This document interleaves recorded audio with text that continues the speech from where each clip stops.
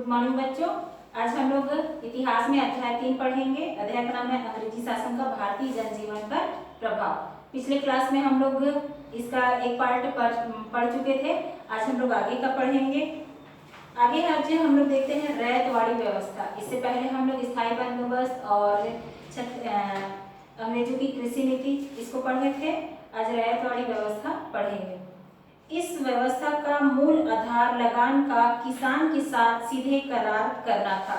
किसान के साथ सीधे करार करने का मतलब होता है कि अभी तक किसान जो है अलग अलग अंग्रेजों के द्वारा जो लगान को चुकाने के लिए अलग अलग नीति जो बनाई जा रही थी, जैसे कि स्थायी बंदोबस्त हो गया और यहाँ पर आपका अंग्रेजों की जो कृषि नीति थी, ये जो नीति बनाई जा रही थी, इससे किसानों का लगातार शोषण होता जा रहा था। इसी के को ध्यान में रखते हुए रैयतवाड़ी व्यवस्था जो है लागू की गई और जिससे क्या होता था, किसानों का संपर्क सीधा अंग्रेज जो जिनको लगान देना होता था उनके साथ संपर्क होता था। तो यहाँ पर किसान के साथ सीधे करार करना था। यह तय किया गया कि कृषि उत्पादन में हुए खर्च को निकालकर जो उसका 50% भू राजस्व होगा, यानी कि जो भी कृषि उत्पादन के लिए जो भी खर्च होती है, चाहे वो खाद के लिए या फिर बीज के लिए या फिर दवाई का छिड़काव के लिए, जिस प्रकार का भी खर्च जो है खेती कार्य में किया जा रहा है, जब उसका उत्पादन होता है और उत्पादन का जो 50% होगा वह भू राजस्व होगा, यानी कि जितना भी उत्पादन हो रहा है उसका आधा हिस्सा जो है भू राजस्व के रूप में अंग्रेजों को देना होगा और सीधे से अंग्रेजों को देना होता था। इसलिए यहाँ पर यह ध्यान रखा गया था कि किसानों का शोषण ना हो, इसीलिए इस नीति को लागू किया गया था। शुरू के दिनों में फसल और उसके मूल्य के घटने बढ़ने से राजस्व का कोई तालमेल नहीं था। क्या होता था, ये जरूरी नहीं है कि फसल हर साल अच्छी हो और ये भी जरूरी नहीं है कि फसल हर साल हो ही। कभी ऐसा भी हो सकता है कि सूखे की स्थिति आ जाए, कभी बाढ़ आ जाए या फिर कभी फसल बहुत अच्छी हो, ऐसा भी हो सकता है। तो फसल के घटने बढ़ने से राजस्व का कोई तालमेल नहीं था। बंबई और मद्रास प्रेसिडेंसी प्रांत में 30 वर्षों के लिए यह बंदोबस्त लागू किया, मतलब कि 30 वर्ष के लिए ये जो व्यवस्था जो ये नीति जो थी वो लागू कर दिया गया था। 30 वर्ष तक इस नीति में किसी भी प्रकार का परिवर्तन नहीं किया जाएगा, ऐसा नियम बनाया गया था। किसानों के साथ सीधे करार के बावजूद इस व्यवस्था से किसानों का शोषण होता रहा। अब किसानों के साथ सीधा संपर्क होता था, होने के बावजूद भी किसानों का शोषण होता रहा। कारण क्या था कि यहाँ पर फसल के घटने बढ़ने से राजस्व का कोई तालमेल नहीं था, यानी कि फसल कभी जैसे कम मात्रा में हो रही है तो कम मात्रा में अगर फसल हो रही है और किसान जो है अपना सीधा आधा हिस्सा जो है लगान के रूप में दे देगा तो उसको क्या फायदा होगा, उससे तो उसको बहुत नुकसान होगा, उसका शोषण होगा। इस प्रकार से यहाँ पर किसानों का शोषण होता रहा। तो किसानों के इस शोषण को ध्यान में रखते हुए, मतलब कि किसानों का शोषण ना हो, इसको ध्यान में रखते हुए अंग्रेजों ने फिर इस नीति में परिवर्तन किया। तो आगे हम लोग देखते हैं महलवाड़ी व्यवस्था। यहाँ पर रैयतवाड़ी व्यवस्था के बाद में आता है महलवाड़ी व्यवस्था।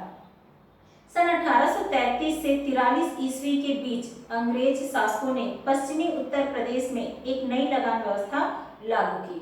यहाँ पर देखिए 33 से 43 ईस्वी के बीच में एक नई व्यवस्था लागू की गई, जिसको महलवाड़ी व्यवस्था कहते हैं।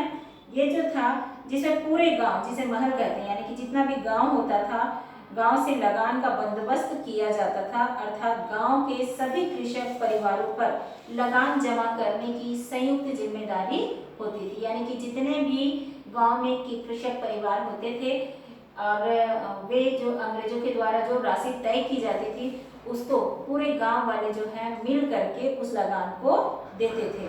इसमें रैयत बंदोबस्त की तरह कृषि खर्च और किसानों के भरण पोषण का खर्च निकालकर जो बचता था, जैसे कि यहाँ पर रैयतवाड़ी व्यवस्था में हम लोग देखे थे कि जितना उत्पादन होता था उसका 50% जो है लगान के रूप में देना पड़ता था।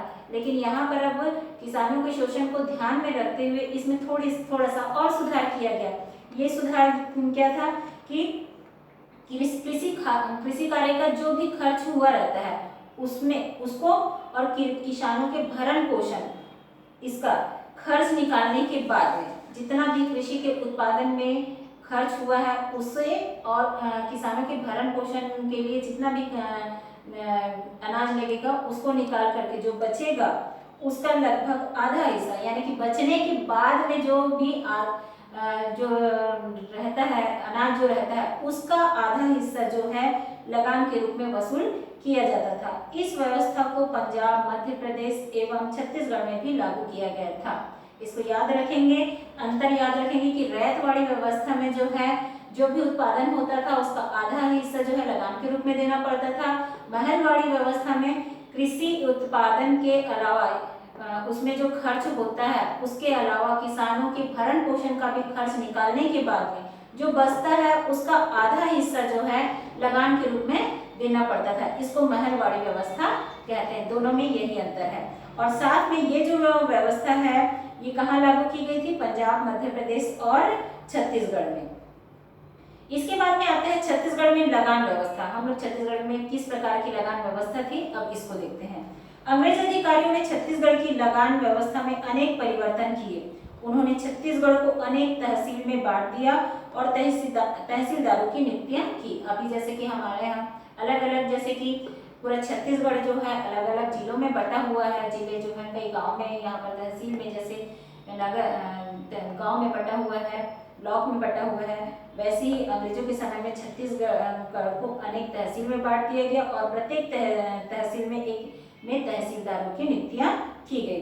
प्रत्येक परगने में लगान वसूल करने के लिए एक अमीर और पंडया राजस्व अधिकारी की नियुक्ति की। जैसे कि यहाँ पर अमीर और पंडया जो है एक पद का नाम है। उस पद पर नियुक्त जो व्यक्ति होता था जिसको अमीर या पंडया कहा जाता था वह लगान वसूली का कार्य करता था। जैसे कि पहले हम लोग पढ़े थे इसी पाठ में कि अंग्रेजी की जो कृषि नीति थी उसमें ठेकेदारी प्रथा चालू कर दिया गया था। जो व्यक्ति लगान वसूल करता था उसको इस पद को प्राप्त करने के लिए, यानी कि लगान वसूली के पद को प्राप्त करने के लिए जो नीलामी होती थी उसके लिए बड़ी रकम देता था जिसको ठेकेदारी प्रथा कहा जाता है और वही लगान वसूली करता था। वैसे यहाँ पर आता है आपका अमीर और पंडया जो कि लगान वसूली का कार्य करते थे। ये केवल एक पद का नाम है, किसी व्यक्ति का नाम नहीं है। राजस्व अधिकारी की नियुक्ति की। अंग्रेज अधिकारियों ने मराठा प्रशासन के समय प्रचलित पटेल के पद को समाप्त कर दिया। यानी कि पटेल के पद को समाप्त कर दिया का मतलब जो पंडया और अमीर जो कि लगान वसूली का कार्य कर रहे थे, वैसे ही मराठों के समय में लगान वसूली करने का कार्य जो है पटेल पद में नियुक्त व्यक्ति करते थे। वैसे ही यहाँ पर पंडया और अमीर जो हैं अंग्रेजों के द्वारा नियुक्त किए गए। और अंग्रेजों ने यहाँ पर क्या किया, जो पटेल का पद जो समाप्त कर दिया गया था मराठों के समय का, उसके स्थान पर क्या किया गया, गौटिया का पद सृजन किया गया। यानी कि पटेल के पद को समाप्त कर दिया गया और गौटिया के पद को वहां पर सृजित किया गया। यानी कि उस पद में दूसरे व्यक्ति को रखा गया, नाम जो है परिवर्तन कर दिया गया। उस समय गांव के गौटिया वर्ष में 3 किस्तों में लगान वसूल किया करते थे। लगान जो है वर्ष में 3 बार वसूली किया जाता था। लगान का निर्धारण जमीन के क्षेत्र के आधार पर किया जाता था। यानी कि जिसकी जमीन जितनी बड़ी होगी उतना ज्यादा उसको लगान देना पड़ेगा। गौटिया अपने गांव से लगान वसूल कर सरकारी खजाने में जमा करते थे। अभी यहाँ पर देखो हम लोग पढ़े थे रैयतवाड़ी व्यवस्था में कि किसानों का सीधा क्या होता था, अंग्रेजों के साथ में संपर्क होता था। लेकिन यहाँ पर क्या हो गया, जो गौटिया का पद यहाँ पर सृजन किया गया था, गौटिया जो है गांव के जो गौटिया होते थे वे लगान वसूली करते थे और वसूली करने के बाद में अंग्रेजों को ले जा करके जमा करते थे, यानी कि सरकारी खजाने में जमा करते थे। अंग्रेजों द्वारा लागू की गई इन लगान व्यवस्थाओं से किसानों को कोई लाभ नहीं हुआ, क्योंकि अंग्रेजों द्वारा लागू प्रत्येक लगान की दर बहुत ऊंची और अनिवार्य थी, जिसे कृषि आय से चुका पाना मुश्किल होता था। यानी कि जो लगान की दर इतनी ज्यादा होती थी कि मात्र कृषि कार्य करने वाले जो कृषक हैं वो इस लगान को चुकाने में असमर्थ थे। इसलिए किसानों को जमींदारों और साहूकारों से कर्ज लेना पड़ता था। नियत समय पर कर्ज ना पटा सकने पर उनकी जमीन जो है साहूकारों द्वारा हड़प ली जाती थी।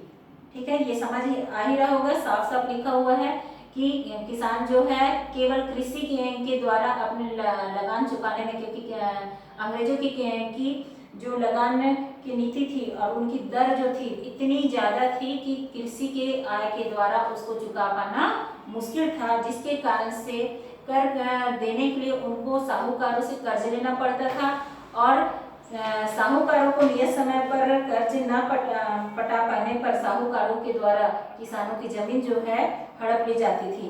परिणाम इसका यह हुआ कि किसानों की हालत जो है दिन ब दिन खराब होती गई और इसी का परिणाम क्या हुआ कि किसानों का जो है शासकों के प्रति उनके मन में जो है असंतोष की भावना जो है पनपने लगी। इस प्रकार कुछ स्थानों पर किसानों ने कंपनी शासन के विरुद्ध विद्रोह भी कर दिया। ठीक है, यहाँ तक समझ गए होंगे कि किस प्रकार से रैयतवाड़ी, महलवाड़ी और छत्तीसगढ़ में लगान व्यवस्था लागू की गई थी। अब इसके आगे हम लोग देखते हैं दस्तकारी एवं शिल्प पर प्रभाव। कंपनी की प्रशासनिक व्यवस्था ऐसी थी कि भारतीय हस्तकला एवं शिल्प कार्य धीरे धीरे नष्ट होने लगे। अभी तक हम लोग किसानों के बारे में देख रहे थे, अब देखते हैं दस्तकारी एवं शिल्प का प्रभाव, यानी कि दस्तकारी जो घर में छोटे मोटे काम करते, जैसे कि किसानों के द्वारा जो मटके बनाए जाते हैं, मिट्टी के बर्तन, मूर्तियां, ये सब बनाए जाते हैं और चटाइयाँ हो गया, सूपा हो गया, इस प्रकार का जो घरेलू कार्य किया जाता है ये दस्तकारी के अंतर्गत आता है। तो ये इन पर क्या प्रभाव पड़ा था? कंपनी की प्रशासनिक व्यवस्था ऐसी थी कि भारतीय हस्तकला एवं शिल्पकारी धीरे धीरे नष्ट होने लगी। भारतीय दस्तकारों एवं शिल्पियों को अपनी वस्तुएं कम दामों पर बेचने के लिए विवश किया गया, उन पर भारी कर भी लगाया गया। जिस प्रकार से किसानों पर कर लगाया जाता था, उत्पादन कर उनको देना पड़ता था, वैसे ही यहाँ पर शिल्पकारी और दस्तकारी भी जो होते थे उनको भी कर देना पड़ा था और वो कर भी बहुत अधिक होती थी। इंग्लैंड से आने वाली वस्तुओं को तट कर एवं चुंगी कर से मुक्त रखा गया, क्योंकि समुद्री मार्ग से जो भी वस्तुएं हैं, सजावटी सामान जो है वे समुद्री मार्ग से आते थे और समुद्री मार्ग से आने के कारण से वहां पर जो उनको तट पर कर देना पड़ता था उसको मुक्त रखा गया, उनको किसी भी प्रकार का कर नहीं देना पड़ता था। इसी के कारण से वे वस्तुएं जो है सस्ती होती थी, क्योंकि उसमें कर नहीं लगता था, केवल वस्तु की कीमत उस पर लगी होती थी। अभी भी आप लोग सामानों में, जैसे कि आप लोग कोई भी घर में जो पैकेट वाला सामान लाते हैं तो उसमें देखेंगे कि उसकी कीमत के साथ में उसमें कर जुड़ा हुआ होता है। तो वैसे ही पुराने समय में भी होता था कि अगर समुद्री मार्ग से अगर आ रहा है तो वहां पर से तट पर ही उनको कर देना पड़ता था। कर देने के कारण से वस्तुएं जो है महंगी हो जाती थी।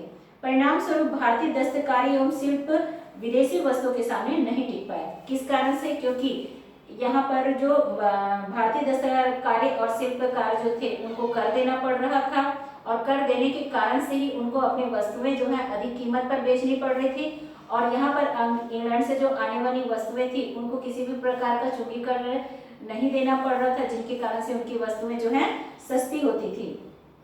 भारतीय कारीगर अपना व्यवसाय छोड़ने लगे और उनकी बस्तियां उजड़ने लगी। इसके कारण से भारतीय कारीगर जो है अपना व्यवसाय छोड़ने लगे और उनकी बस्तियां उजड़ गई। ढाका शहर का वस्त्र उद्योग, जिसके कारण वह भारत का मैनचेस्टर कहलाता था, वह नष्ट हो गया। इसको याद रखेंगे कि भारत का मैनचेस्टर किसे कहा जाता है, तो ढाका शहर करके बताएंगे। मुर्शिदाबाद एवं सूरत के उद्योग भी नष्ट हो गए, कारीगर बेरोजगार हो गए और कृषि पर निर्भर हो गए। फलतः कंपनी शासन के प्रति उनमें भी असंतोष जो है पनपने लगे। तो इस प्रकार से दस्तकारी और शिल्पकार के मन में भी असंतोष की भावना पनपने लगी। तो यहाँ पर मैंने ये जितने भी टॉपिक आप लोग को बताए हैं, इससे संबंधित मैं आप लोग को कुछ प्रश्न दूंगी, तो इन प्रश्नों के उत्तर आप लोग व्हाट्सएप के माध्यम से मुझे बताएंगे और आगे का जो भी टॉपिक है उसको हम आगे की वीडियो में पढ़ेंगे।